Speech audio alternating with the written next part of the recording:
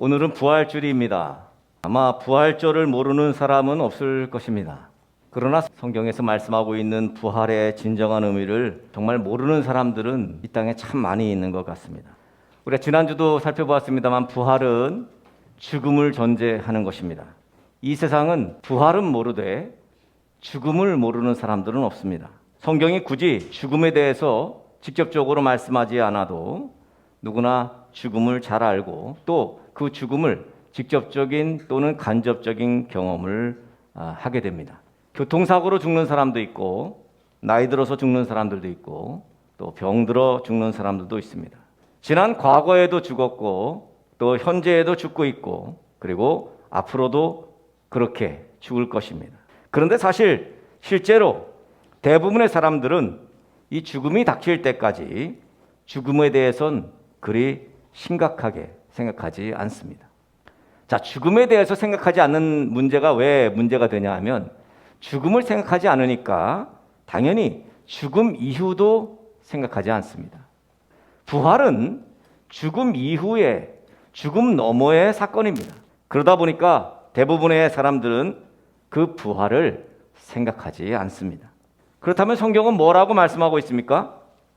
히브리서 우리가 잘 아는 9장에 보면 한 번 죽는 것은 사람에게 정해진 것이요 그 후에는 심판이 있으리라 그랬습니다. 여기에서 중요한 것은 사람들은 모두 다 죽는다는 거죠. 이 죽는다는 것이 전제인 것입니다. 그리고 그 죽음 이후에 심판이 있다는 거죠.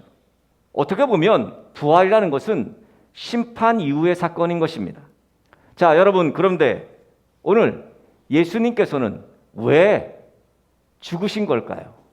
예수님은 하나님의 아들이시고 그리고 이 땅을 창조하실 때 계셨던 말씀이시며 또 창조주이십니다. 그분은 죄가 없으신 분이에요. 그런데 죄인이라는 판결을 받으시고 그리고 십자가에서 죽으셨습니다. 우리가 잘 알듯이 하나님께서는 죄를 지은 사람들을 대신해서 대속물에 피 흘려 죽게 하시고 그 죽음을 통해서 그 죄를 정가시켜서 사람들의 죄를 용서하시는 시스템을 만드셨어요. 그런데 죄 없으신 하나님의 아들이신 예수 그리스도께서 모든 인간의 죄를 대신해서 대속제물이 되어서 피 흘려서 십자가에 죽으셨다는 거죠. 그리고 3일 만에 부활하셨다는 거예요. 우리는 결국 대속물이 되셔서 죽으시고 다시 부활하신 예수 그리스도를 믿음으로 우리의 죄가 사함을 받았고 그리고 우리의 모든 죄가 용서함을 받아서 우리의 죄의 문제가 해결받은 거예요. 그러니까 예수 그리스도께서 죽으심으로 인해서 우리가 대신 죄의 문제가 해결받은 거예요. 이것을 우리는 뭐라고 말하냐면 구원이라고 말합니다. 그런데 그 예수님께서 십자가에 죽으시고 끝났으면 예수님 십자가에서 다 이루었다 하시고 죽으시고 모든 것이 끝났다고 하면 역사적으로 예수님은 그저 신성모독죄를 지어서 십자가에서 죽은 죄인으로 남습니다. 그래서 로마가 예수를 십자가에서 처형했다. 왜? 신성모독죄를 지었으니까. 이렇게 역사는 기록하고 말 것입니다.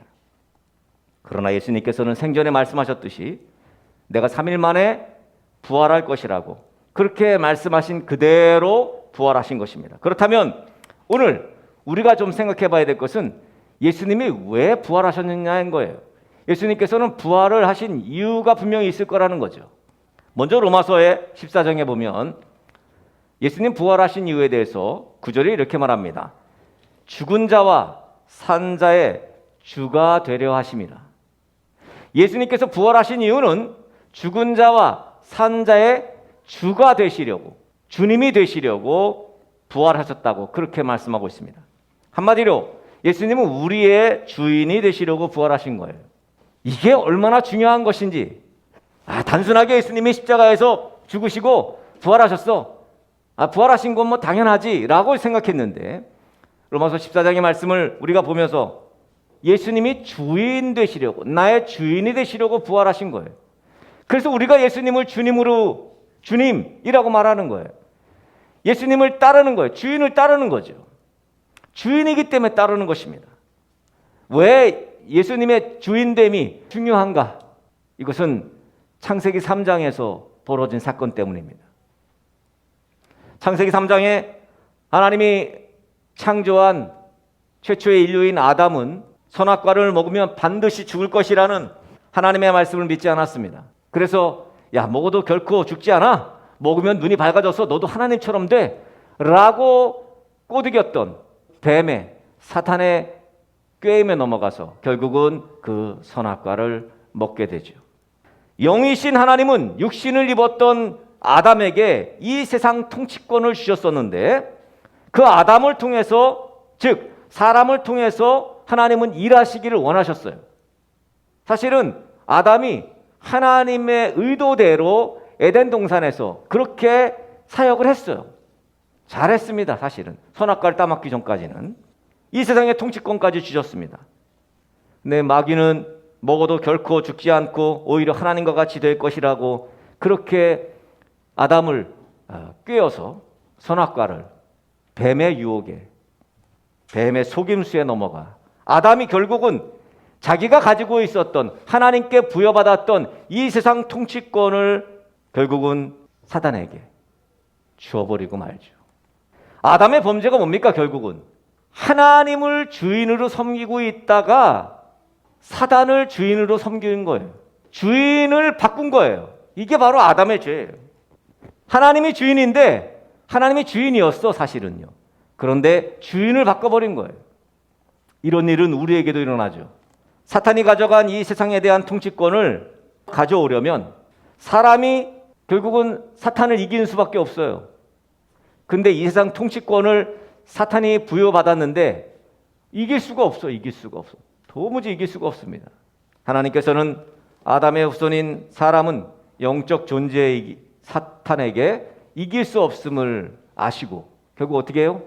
결국은 당신의 아들, 태초부터 하나님과 함께 계셨던 말씀이신 독생자 예수 그리스도를 육신으로 이 땅에 보내신 거죠. 하나님이신 예수께서는 육신을 입고 이 땅에 오셔서 마귀의 시험을 이기시고 채찍에 맞으시고 십자가에서 죽으시고 그리고 모든 인류의 죄를 대신 지시고 그리고 하나님께 지불하고 대속물이 되셔서 죽으신 것입니다. 여러분, 죽으심으로 죄값을 치렀다면 부활하심으로 그 율법과 죄의 사망의 권세를 이기신 것입니다. 바로 이것이 부활의 놀라운 의미예요. 죽으심으로는 우리의 죄값을 치르신 것에 불과합니다. 죄값 치렀어요. 그렇다고 끝입니까? 사탄을, 그러니까 주인을 바꿔야 될 거 아닙니까? 그러기 위해 예수님께서는 결국은 무덤에서 다시 살아나실 수밖에 없었다는 겁니다. 그래서 죄와 사망의 권세를 이기신 것을 확실하게 보여주기 위해 부활하신 것입니다. 예수께서 육신을 입으시고 죽었다가 다시 살아나신 것은 이 사탄의 통치로부터 사람을 해방시키기 위한 하나님의 지혜였다는 거죠. 자, 예수께서는 사람들의 주가 되시는 것만이 마귀로부터 사람들을 보호하는 가장 확실한 방법이기 때문에 예수 그리스도는 부활하시고 그리고 우리의 주가 친히 되신 것입니다. 우리를 사랑하시기 때문에 우리를 위해 예수님께서 부활하신 거예요. 그러니까 우리의 주가 되시려고. 악한 사탄의 통치를 벗어나기 위한 유일한 방법은 하나님께서 예수 그리스도를 죽은 자 가운데서 다시 살아나게 하셨다는 것을 마음에 믿고 그리고 예수 그리스도를 주로 시인하도록 그렇게 하나님께서 만드신 것입니다. 자, 또 하나 오늘 17절에 예수님께서 부활하신 또 하나의 이유가 나옵니다. 그것은 우리의 믿음이 헛되지 아니하고 우리를 죄 가운데 있지 않게 하시려 함이다 라고 말씀하고 있습니다. 자, 만일 예수께서 죽고 영원히 부활하지 못하셨다면 죄가 이긴 것이고 사망이 이긴 것이죠. 마귀가 이긴 것입니다. 부활하신 주님을 영접한다는 것은 우리의 주인을 바꾸는 거죠. 죄와 사망을 이긴 주님을 내 안에 계시게 하는 일이죠. 영원히 죽지 않는 부활 생명을 우리도 갖는다는 말입니다. 예수님은 늘 자신은 죽고 이제 3일 만에 부활할 것이라고 예언하셨습니다. 여러분 생각해 보세요. 자기가 한 말을 그대로 행하지 못한다면 일단은 그가 거짓말쟁이죠. 그리고 자신의 말대로 이루어지지 않는다 하면 그 사람은 무능력한 사람이죠. 신뢰가 가지 못하는 사람이죠. 내가 한 말 그대로 행해야죠. 말했으면 지켜야죠. 자신을 하나님의 아들이며 아버지와 동등한 신격을 가진 하나님이라 하면서도 죽었다가 부활하지 못했다면 아마 예수 그리스도를 주로 믿는 사람 전혀 없을 것이고, 그리고 거짓말쟁이라고, 무능력한 이라고 그렇게 평가받을 것입니다. 그러나 예수께서는 자신이 말씀하신 대로 3일 만에 부활하셨습니다. 아니, 예수님 자신이 예언한 것을 이루기 위해서라도 부활하셨어야 했습니다. 그래야 예수님 스스로 주장하신 대로 하나님의 아들이시고 하나님이시고 그리스도이신 것을 증명하게 되는 거죠. 오늘 사도 바울이 19절에 뭐라고 말합니까? 만일 그리스도 안에서 우리의 바라는 것이 다만 이 생뿐이면 모든 사람 가운데 우리가 더욱 불쌍한 자다 그랬어요. 만약에 이 땅에서 유한한 100년의 삶이 전부라면 참 우리같이 불쌍한 사람이 어디 있습니까? 부활 없다면, 영원한 삶이 없다면 우리처럼 불쌍한 사람이 어디 있겠느냐는 거예요. 그런데 마침 예수님께서 부활하심으로 이 땅의 삶이 전부가 아니라는 사실을 증명하신 것입니다. 그렇기에 예수님의 부활은 영생의 명확한 증거가 되는 것입니다. 예수님께서 말씀하신 대로 죽으신 지 3일 만에 부활하셨다는 말씀을 지키심으로 그동안 예수님께서 계속해서 말씀하셨던 그 모든 것, 모든 말씀들, 영생에 대한, 하나님 나라에 대한 말씀들 모두가 다 유효해진 거예요. 특별히 영원하신 하나님의 나라에 대한 소망, 이거 품게 된 것이죠. 그러므로 예수님의 부활을 믿지 못하는 사람들은 영원한 하나님의 나라에 갈 수가 없습니다. 우리가 해야 되는 몫이 뭐예요? 그래서 많은 사람들에게 예수님의 대속의 죽으심도 선포해야 하지만 부활하심을 믿게 해야 돼요. 그래 영원한 하나님의 나라를 꿈꾸게 하는 거죠. 하나님의 나라를 선포해야 합니다. 예수님의 주인 되심과 더 이상 우리가 죄의 종로로 타지 않고 영원한 하나님의 나라를 소망해야 된다는 것을 선포해야죠. 예수님의 부활을 믿는 사람들은 바로 이 사명이 있는 것입니다.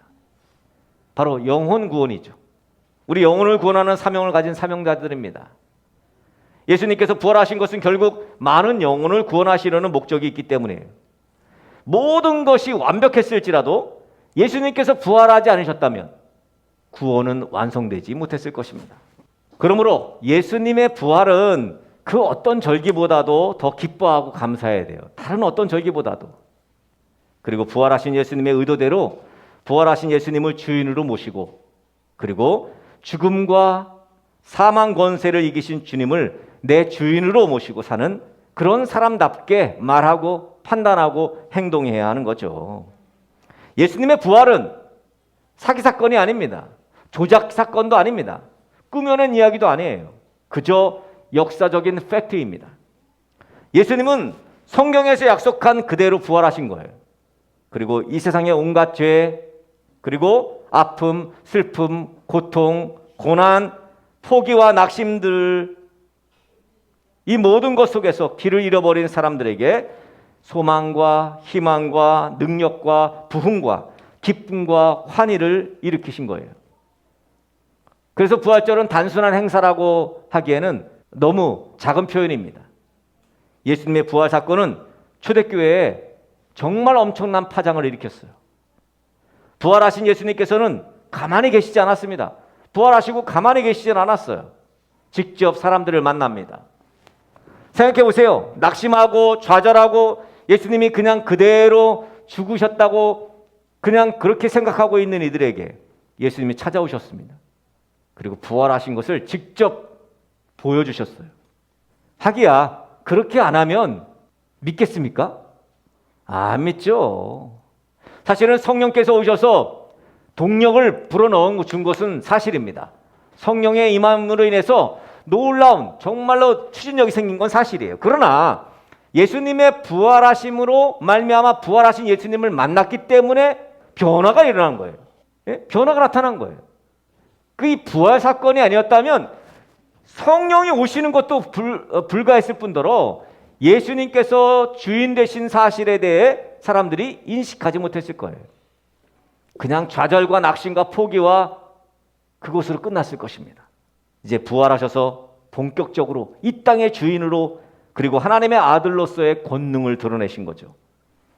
그리고 제자들과 많은 사람들에게 스스로 부활하셨음을 드러내 주신 거예요. 하늘로 올려가시면서 당신의 영이신 성령을 보내주십니다.